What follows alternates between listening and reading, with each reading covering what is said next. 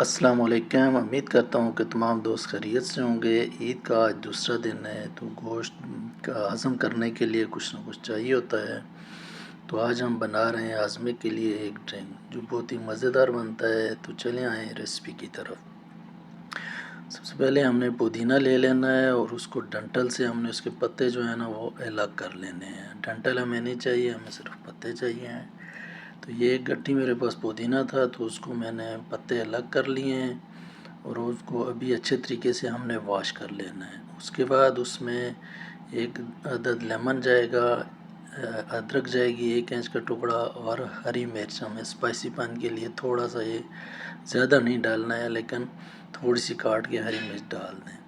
باقی جو اس میں مسالہ جائیں گے اس میں نمک ہے 1/2 ٹی اسپون، چینی ہے 2 ٹیبل اسپون، اجوائن ہے اور یہ سونف ہے۔ تو یہ ہاضمے کے لیے بہت بہترین کام کرے گا، اور اس میں 2 عدد ہمیں چھوٹی پانی چاہیے، پانی کی بوٹلز۔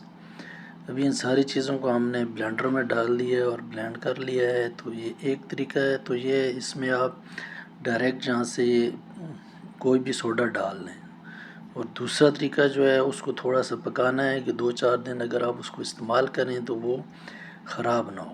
تو ہم نے دیگچی چڑھا رہی ہے چولہے پہ اور اس کو گرم کر کے ہم نے اس میں یہ جو لیکوڈ آئل تھا وہ سارا اس میں ڈال دیا ہے۔ اس میں ہم نے 3 سے 4 ڈراپس جو ہے سرکے کے ڈالنے ہیں کہ اگر 4-5 دن ہمیں یہ چاہیے تو یہ خراب نہ ہو۔ اب یہ دیکھ سکتے ہیں آپ، یہ تیار ہو چکا ہے، اس کو ہم نے چھان لیا ہے تو بالکل جو صاف پانی رہ گیا ہے ہمارے پاس وہ یہ دونوں طریقوں سے آپ لے سکتے ہیں، کوئی بھی سوڈا اس میں استعمال آپ کر سکتے ہیں، اسپرائٹ 7 اپ۔